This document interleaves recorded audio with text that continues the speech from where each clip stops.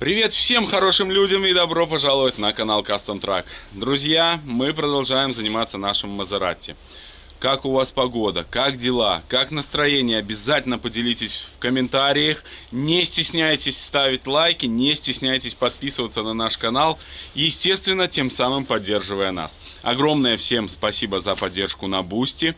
Если вы хотите получить доступ к уникальному контенту, каждые 2-3 дня я снимаю маленькие видосы о том, что у нас происходит в гараже, а также основные видосы тоже туда закидываю.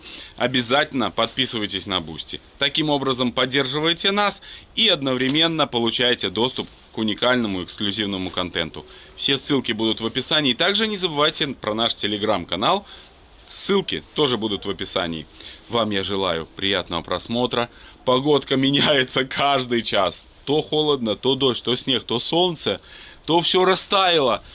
Это, конечно, что-то с чем-то. Но я лично всегда рад любой погоде, потому что каждая погода для человека — это что-то необычное. И сидеть постоянно на солнце — это тоже трешак. Любая погода не портит нам настроение. Это самое главное, что должно быть у нас в голове. Вам я желаю приятного просмотра. Заваривайте чай, печенье, но мы начинаем. Как вы знаете, вопросов очень много по нашему Мазератти. Но первое, что я хочу проверить, это запустится ли он. Просто вот так вот пришел, одел клемму, нажал на стартер и попробовал запустить. Спокойно. О! Я искал эту штуку, блин, алюмишка от замка. Так. Заползаем. Включаем зажигание. Дворники оживают. Печка оживает. Как их выключить? Спокойно, Дима. Это какие-то обороты.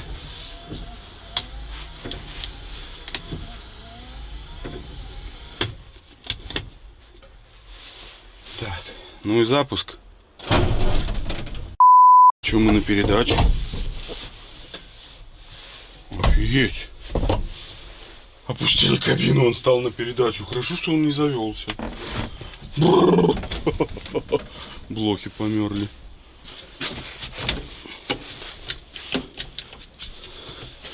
Что, типа рычаг начал работать? Удочка вскочила. Она же не работала.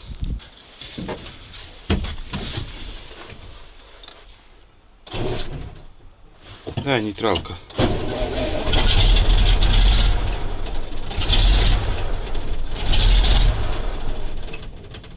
Что-то не то.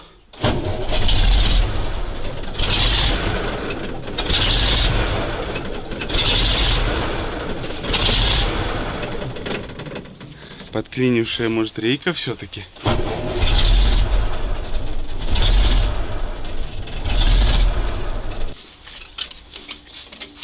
Либо сейчас еще одно. Либо глушилка у нас заклинившая. Да, возможно. Ну-ка. Да. Глушилка полностью не отошла.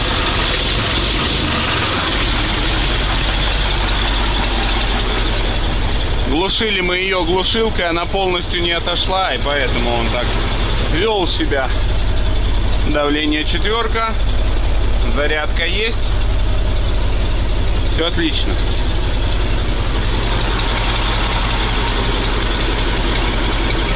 Седуху надо сделать.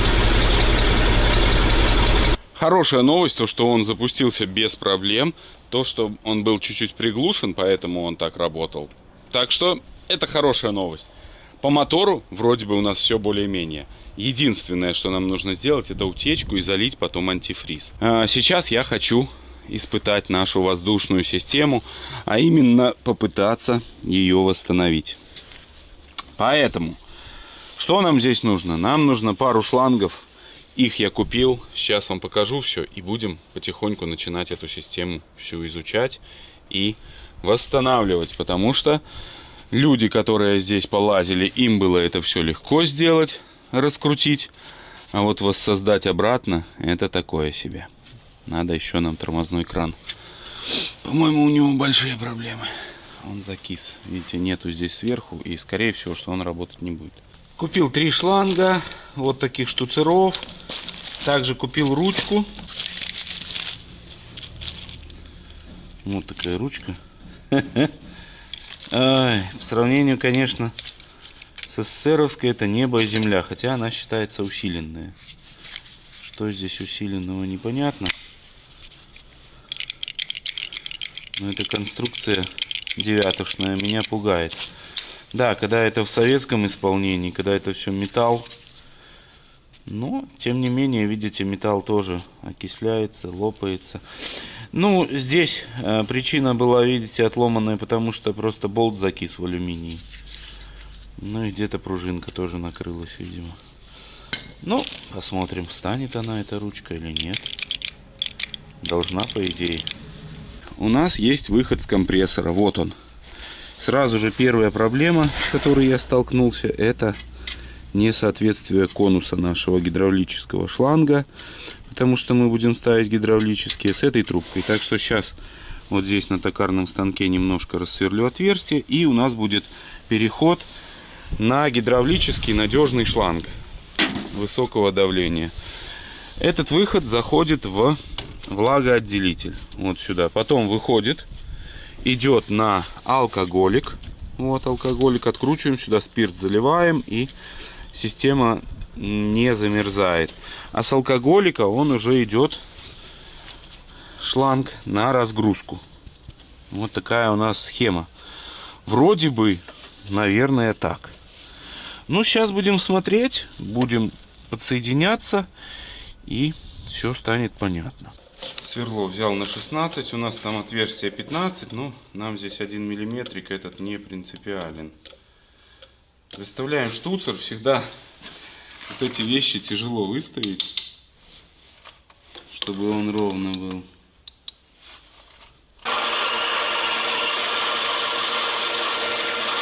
Все будет хорошо.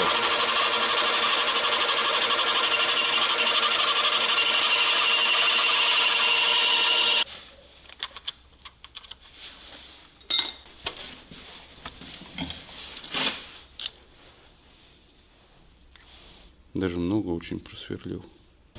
Один шланг я уже установил. Сейчас вкручиваю переходники.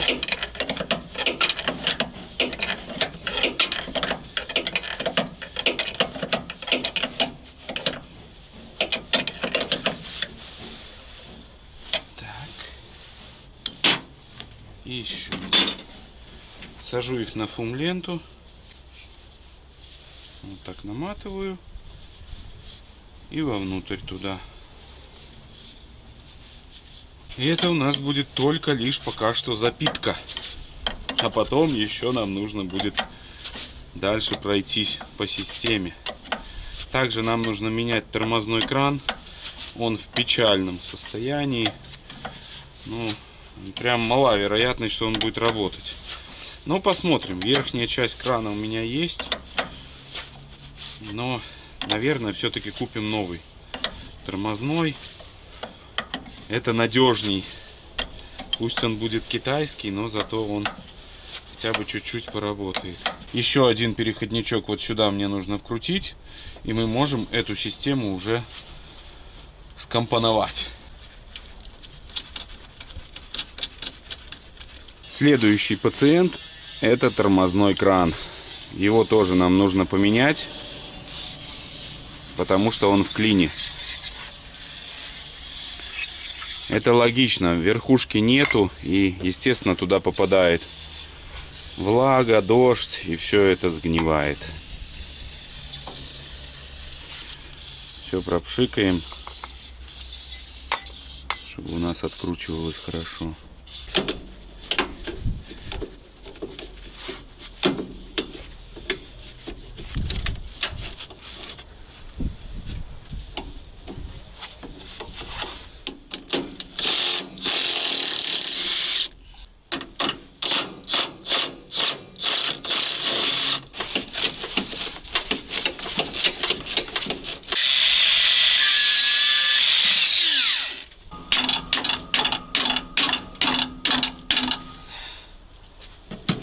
Не думал, что столкнусь с такой проблемой. Не могу этот чопик никак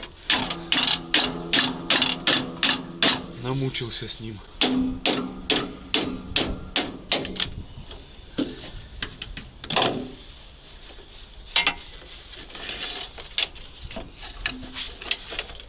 Есть. Ну вот такой кранчелло. Он, к сожалению, вкисший полностью. Ну, шансов нет. Будем устанавливать вот этот. Он вроде как точно такой же, но он у меня валялся, я не знаю. От чего он, куда он, блин. Ну, какой-то вот есть. Сейчас попробуем, дабы не тратить деньги, попробуем поставим этот. Если вдруг он не будет работать, то уже тогда будем покупать. Вот, а так эти вещи не дешевые, поэтому лучше мы попытаемся сэкономить. Потратим часик времени, другой, но не нужно будет сразу отдавать деньги. Этот рабочий, вроде как нормально. Так что сейчас я пойду перекручу все вот эти вот заглушки, штуцера и буду закидывать обратно уже этот кран. Штуцера все перекрутил, все должно быть четко. Сейчас нужно вставить этот стрёмненький палец. Ну, наверное, сначала его надо почистить, да.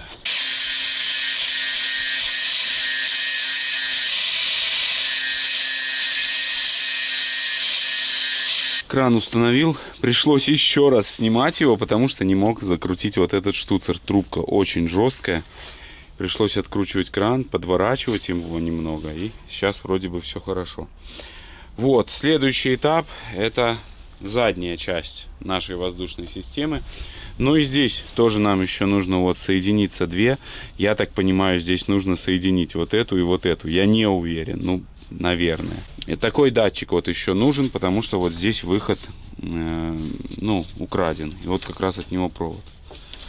Вроде бы так. Все, едем на магазин. Съездил в магазин, друзья. 140 белорусских рублей. Вот, вот. Это очень хорошо, что есть возможность купить запчасти. На МАЗа, в принципе, магазины есть. Но цены... Это ужас какой-то. Ладно, будем собирать. Хватит ныть. Собираем сейчас вот эту часть. Соединяем между собой. И здесь у нас будет все. Останется только найти датчик давления. Ну и потом будем медленно передвигаться в ту сторону, в заднюю часть МАЗа. Не очень я доверчиво отношусь к этим фитингам мазовским. Конечно, гораздо надежнее вольвовские. Там все четенько. А эти, блин, начинаешь вставлять. То трубка не такая, то не такое, то это не такое.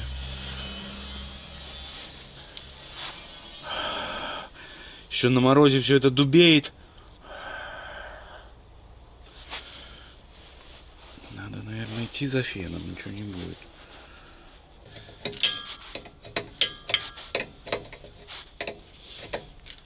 Все это время я по своей неопытности или по спешке неправильно ставил фитинги.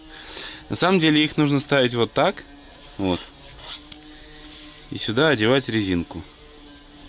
А я всегда считал, что он в конус заходит. А оказывается, вот здесь резиночку нужно ставить. И сюда вставляем распорную втулку. Она у нас уже пострадала. Вот, я ее вынимал уже раза 4, наверное. Но сейчас, надеюсь, уже здесь резьбу подпортил.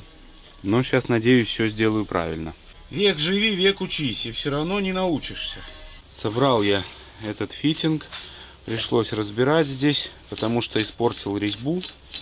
Но сделал. Скрипя зубами, нервы уже начались, но сделал. Сейчас покопался в закромах, нашел тоже датчик на воздух. У нас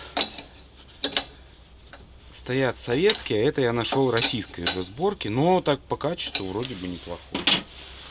Посмотрим, ну будет работать, будет отлично. Так. Вот так.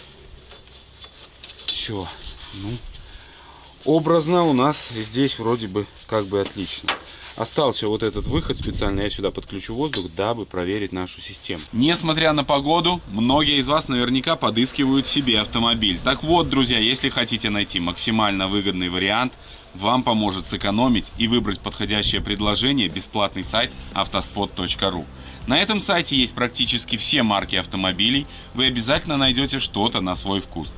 На Автоспот собраны все предложения от официальных дилеров, а самое главное, что вы можете посмотреть, какая скидка вас ждет при покупке в кредит, трейд-ин или за наличные. Новогодние праздники, автомобильный рынок стоит на месте, поэтому дилеры делают очень большие скидки. Не забывайте сравнивать цены в разных городах, ведь скидка в соседнем городе может быть на 100 тысяч больше. А чтобы скидки всегда были под рукой, скачивайте бесплатное мобильное приложение Автоспот, в котором вы точно так же можете выбирать себе новый автомобиль, сравнивать цены и скидки, записываться на техническое обслуживание вашего автомобиля, кстати, тоже со скидкой. Максимально удобно, в 2 клика и всегда под рукой. Мобильное приложение обязательно рекомендую скачать.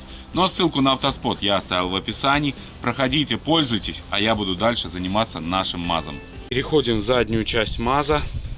Прикурил я здесь где-то порядка часа, я провозился. Сейчас полезем взад туда, в заднюю часть. Там нас ждет тоже очень много сюрпризов. Первая проблема — это обломанный вот этот вот штуцер. Вот здесь у нас. Видите? Но там есть резьба. И я могу, в принципе, если уберу вот эту часть, подровняю, туда закручу на фумку. Либо даже могу и этот штуцер закрутить. Но, наверное, не смогу его крутить здесь по кругу. Ну, если что, могу просто соединитель РВД шлангов закрутить. Поэтому сейчас попытаюсь убрать вот эту часть. И, возможно, нам повезет.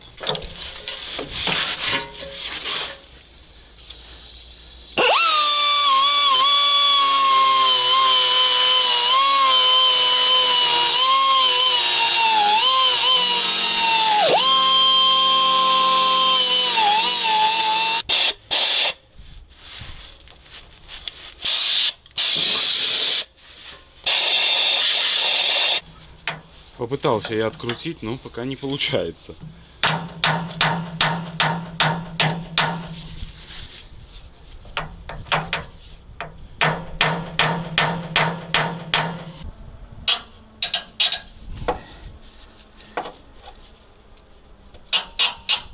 А ну нафиг.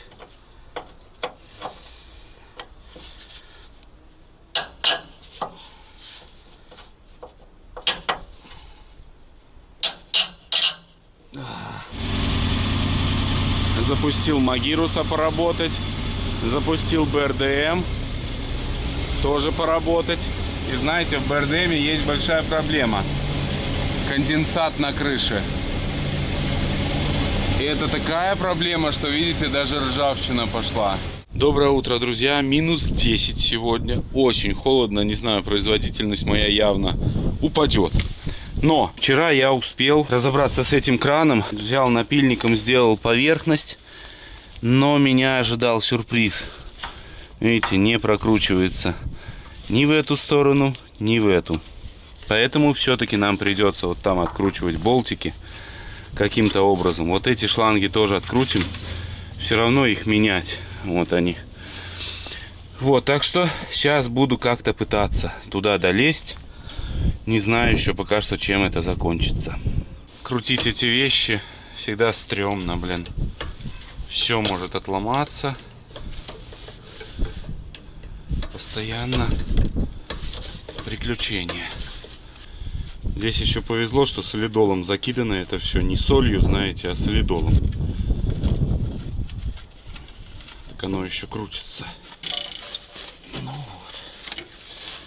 Сейчас я смогу закрутить его без проблем.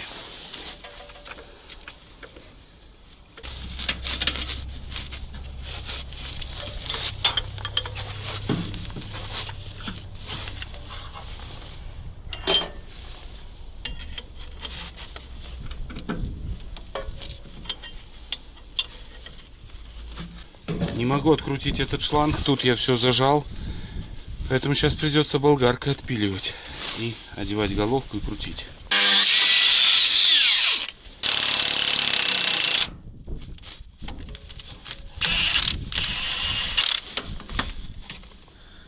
Есть. В этой части у нас все готово для установки ресиверов. Так, потому что сюда мы больше не полезем, мы полезем только вот здесь. Поменять эти два шланга и, конечно же, и эти два. Вот, поэтому нам нужно устанавливать ресиверы, закрепить их. Что я решил? Сюда я поставлю на эту сторону два оригинальных крепления, вот таких. А на эту сторону изготовим шинки. И все будет работать. Ресивер я зажал и сейчас откручиваю тормозные шланги, вот, которые нам предстоит поменять. Какая новость, что у нас отлетел ресивер, упал вместе вот с таким клапаном защитным, к сожалению. Я уже занимаюсь установкой фитингов на энергачи. Вот, но здесь тоже заводского решения нету, к сожалению. Приходится тоже колхозить. Фитинги есть, но гаек, к сожалению, нету упорных, которые вот сюда зажимают фитинг. Приходится вот, блин, ставить обычные гайки. Так, пока что не буду закручивать, наверное. Надо нам, да, надо померить длину шлангов, потому что шлангов тоже не было коротких, только длинные, как обычно. Это два входа на энергоаккумулятор.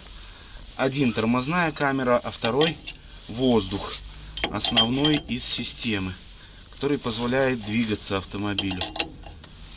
А если что-то происходит с пневмосистемой, допустим, шланг порвался где-то, то машина автоматически останавливается. Энергоаккумуляторы ее останавливают.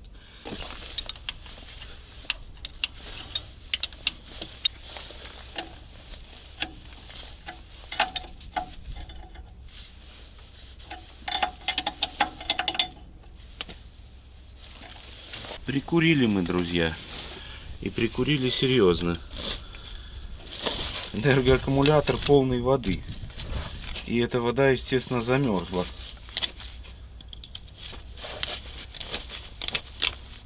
Это ужас.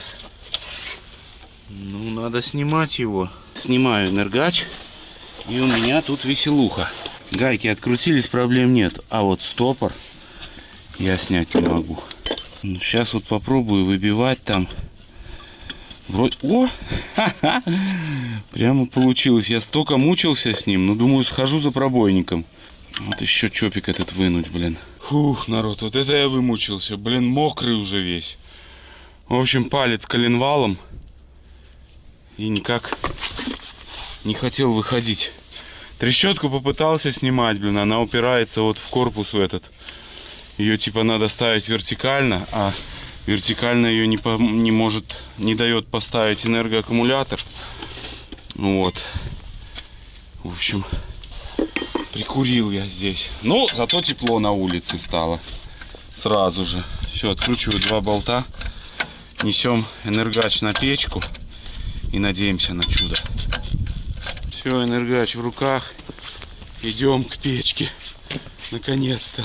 Пока энергач там греется на печечке, я занимаюсь изготовлением шинок для крепления нашего ресивера. Одну распилил, вот вторую распилил тоже. И начал пилить швеллер вдоль. Что-то мне это напомнило, блин. Ну, тут объем небольшой, ничего страшного. Одну сделал, согнул. Вот сейчас просверлю два отверстия, загну. Но загибать буду, наверное, там на месте, потому что не вынешь ее потом. Вот, и вторую сделаю точно так же. Я уже засунул ее, прикинул, вроде бы все отлично будет.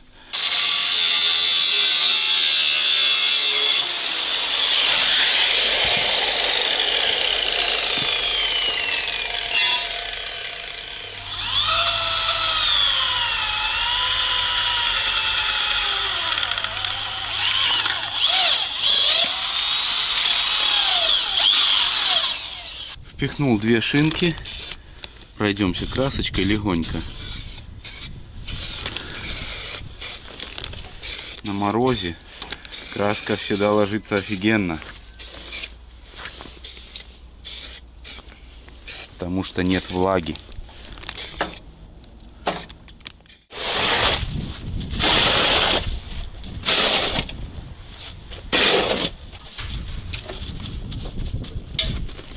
Наш энергоаккумулятор оттаял. Также я купил одинарный клапан защитный и 3 шланга на воздух. Продолжаем собирать пневмосистему. Сейчас перекручу вот этот тройник. Отлично. Клапан стоит, сделано в СССР.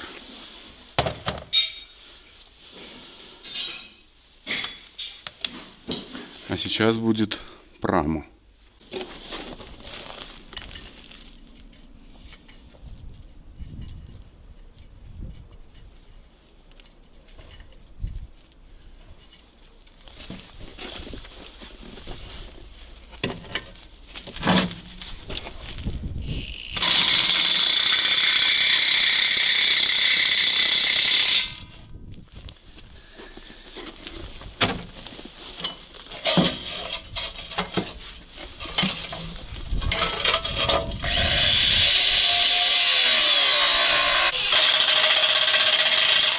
Готовлю к установке ресивер. Все его запаковываю, клапан, в общем, все, что необходимо.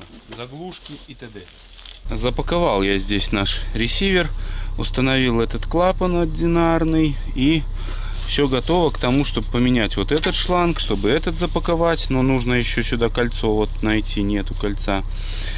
В общем, пришлось повозиться. Казалось бы, что тут работает и 5 минут. А на самом деле, пока я разработал вот все эти гайки, чтобы нам выставить правильные углы, все это занимает очень много времени. Параллельно Юра тоже занимается здесь Вольвой. Запустили ее. Погодка, посмотрите, какая классная. Морозно, холодно, но тем не менее хорошее, отличное настроение. Вот по Вольве нужно посмотреть, поменять шкварня нам передние, поэтому сейчас будем здесь переезжать и будем делать. Вот, но так в целом машина трудится, все хорошо. Тьфу-тьфу-тьфу. Вот такие дела. Сейчас хочу установить ресивер. Вот. И посмотрим, что с этого выйдет с нашими самодельными этими креплениями.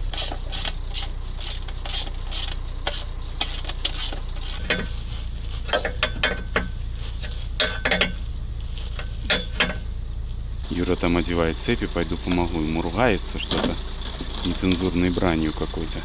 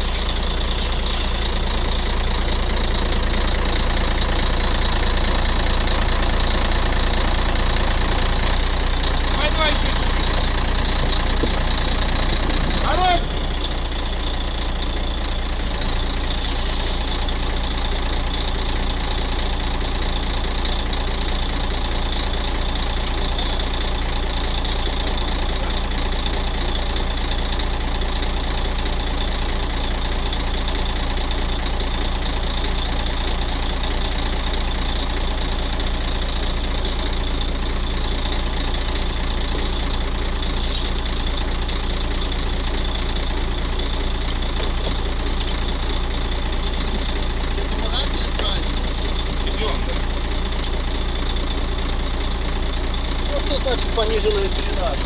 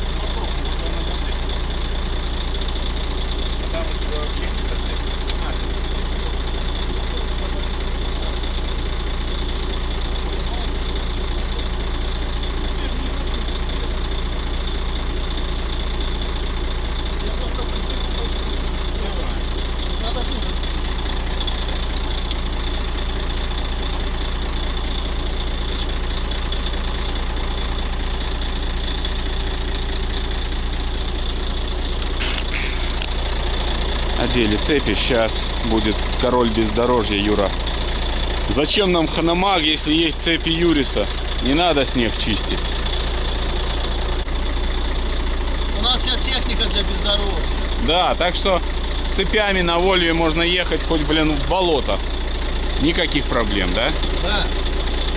Только проблема цепи здесь. Все. Вопросов нет. Потихоньку проедет. Цепи сила, конечно, вопросов нет. Юрису еще раз огромное спасибо. Вот они нас выручают. Причем не только на базе здесь, а еще и пару раз выручали Юру тоже в рейсе. Классическая зима нас встретила. Красота. Все, ресивер установлен. 3 шланга мне нужно установить. И после этого мы начнем устанавливать энергоаккумулятор. Придется лезть под низ, поэтому эту работу откладываю всегда на потом. Новый шплинт. И устанавливаем энергоаккумулятор. Опа!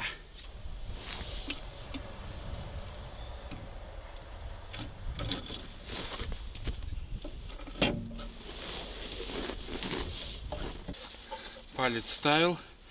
Самое сложное позади. Шланги установил, энергач закрепил и начал пробовать накачивать воздух, и возникла проблема, друзья, первая. Вот этот шланг у нас пропускает, так что откручиваем сейчас его и идем в магазин. Магазин здесь у нас рядом есть, мазовский, так что думаю, если нету обеда, сейчас быстренько прикупим свежак. А еще большая проблема — это открытая вот эта тормозная часть крана. Точнее, часть тормозного крана. Вот, ее бы закрыть здесь. Я ложу картонку, но это ненадежно, сами понимаете.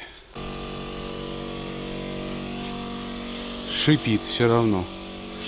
Поменял я уже здесь еще шланги, друзья.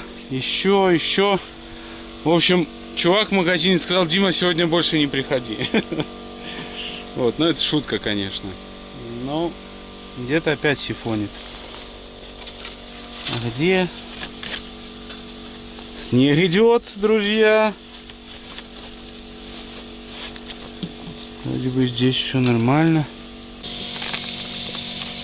Еще где-то есть шипун. Давайте глянем, вообще тормоза у нас реагируют или нет. Сцепления нету. Ну, тормоза пытаются. Ручник.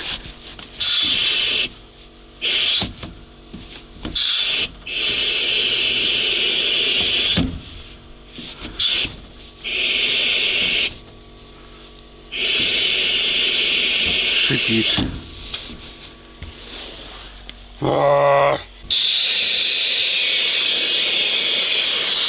В общем, будем разбираться, уже темнеет. Сейчас полажу, еще поищу утечки. Юра тоже там копошится, переделали шкворень, пришлось перетачивать втулку нам. В общем, делаем уже плотненько. И будем покупать новую резину, 2 колеса наперед. стерлась. Друзья, доброе утро. Я только что вышел с Озона. Пришли железяки нам под ножки. Посмотрим, подойдет ли это все на наш МАЗ, потому что это с более новых моделей. Если подойдет, то будет круто, конечно. Вот. Катаюсь на УАЗике. Что-то в нем есть, нравится. Вот, ну, с утра запускается тепленький, в нем тепло, печка работает хорошо. Вот, не знаю, вроде бы и устраивает, но в то же время вот эта эргономика подбешивает. На самом деле, производителю УАЗа вот чуть-чуть бы подтянуть качество внутрянки, вот этой вот замков, вот этого всего, и получилась бы нормальная тачка. Вот, так что такие дела. Но это мое сугубо мнение. Ну, сейчас будем продолжать заниматься нашим МАЗом. Пару шлангов на усилитель сцепление взял, поменяем. Ну и движемся на базу. Такая у нас погода здесь.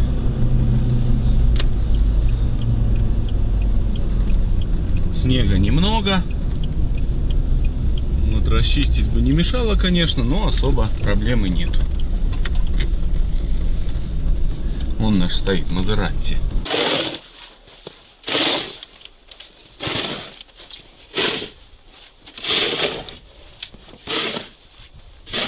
Начнем с замены шлангов на сцепление. Потом установим тягу на рычаг. И займемся заменой утечки для антифриза, чтобы мы могли заняться антифризом.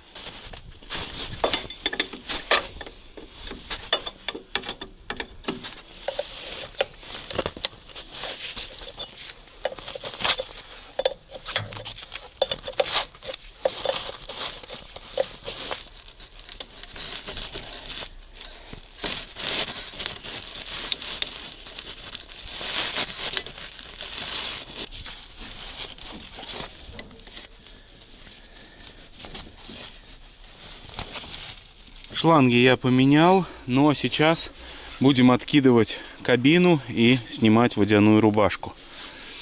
Надеюсь, она поднимется. Все замерзшее, минус 10 у нас сегодня.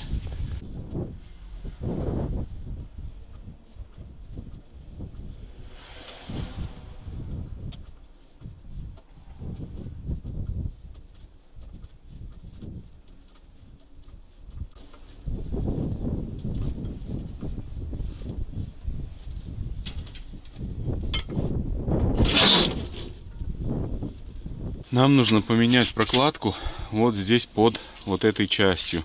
Это идет с радиатора корпус термостата. И одновременно с этим у нас вот здесь заломыш. Поэтому, наверное, мы ее всю снимем. Устраним вот этот заломыш. И, может быть, поменяем термостат. Посмотрим.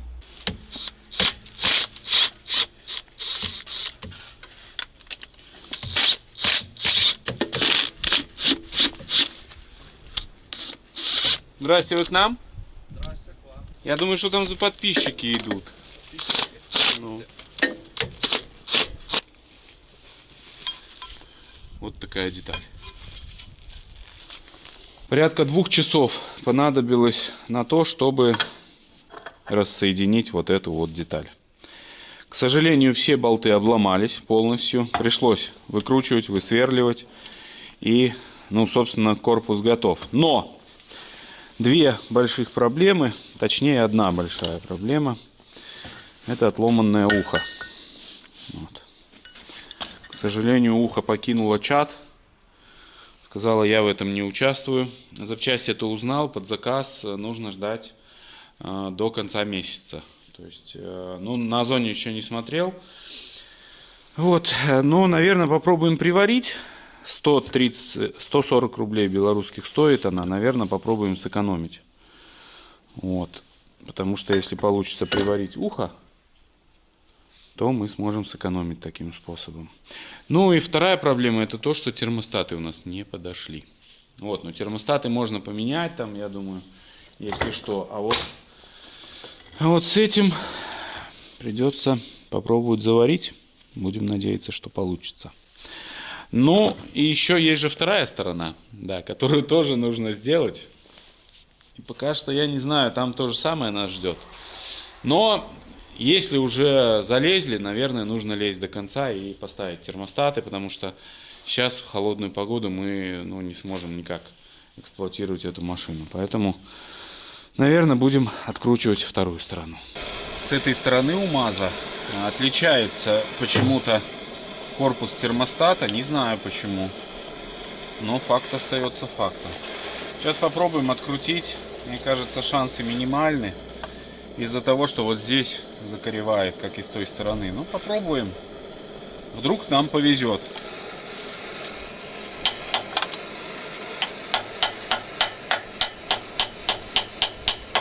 Я вижу следы герметика, и, возможно, все-таки здесь кто-то крутил эти болты, и он пойдет.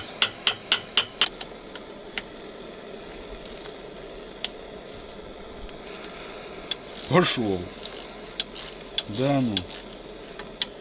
Может, и греть не надо? И нижний пошел. Ха-ха, так здесь может есть и термостат. Это нам сэкономит столько времени, вы просто себе не представляете. И этот пошел. Ну, отлично, слушайте. А нижний? И нижний легко. Такое чувство, что здесь уже кто-то был. Юра мне на день рождения подарил вот такой набор ключиков.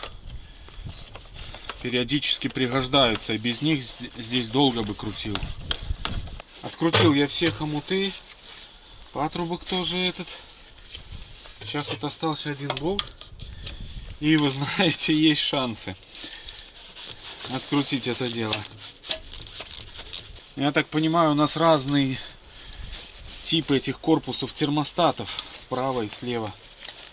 Почему, непонятно. Также крышки у нас клапанные разные. То ли здесь головки, может, разные. Непонятно пока что мне. Здесь тоже, к сожалению, термостата нету. Ну, хотя бы корпус целый, блин. Все очистил, все поверхности. Будем устанавливать новые прокладки. Я купил комплект прокладок. Они недорогие. Вот, но герметиком промажем. Потому что это такой ответственный узел. Тем более резинка выпирает немного.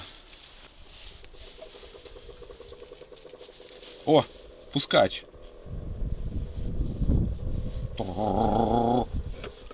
Давай, давай, давай. Не схватывает, блин. Давай, давай.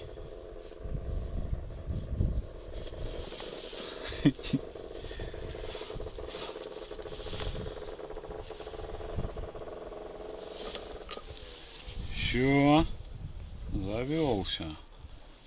В шумном зале ресторана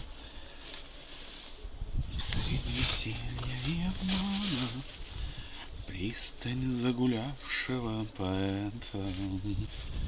Пока что вроде бы получается, парни. Все собрал, зажал, эта сторона готова. Сейчас пойду наберу сварщику нашему и отвезем, заварим ту сторону, соберем. И чтобы уже по мотору у нас все было по красоте, зальем антифриз, проверим все. В общем, пошли. В общем, плохие новости. Сварщик наш не на связи, к сожалению. Сегодня, сказал, до Рождества не будет. Сегодня у нас понедельник, послезавтра Рождество, и только в четверг он заварит, поэтому, уже косяк, в общем. Так что в любом случае нам нужно эту работу откладывать. Я думаю, на этом мы и завершим нашу сегодняшнюю серию. Смысла нету спешить. Если честно, хотелось уже выехать, но, хотя бы дернуться на нем. Но без антифриза смысла этого делать нету. Что поделаешь, ничего страшного. Вас всех с Рождеством. У меня послезавтра Рождество. Наверное, нужно все-таки идти и гулять продолжать. Потому что, работать тяжело. Там не работают, этого нету, того нету. Такое себе. Так что вас всех с праздниками прошедшими, с Новым годом, Рождеством. Всех благ, всего наилучшего. Хочу, чтобы на вашем жизненном пути встречались только хорошие люди. Всех благ вам и всего только самого-самого наилучшего. Всем пока и увидимся в следующих сериях.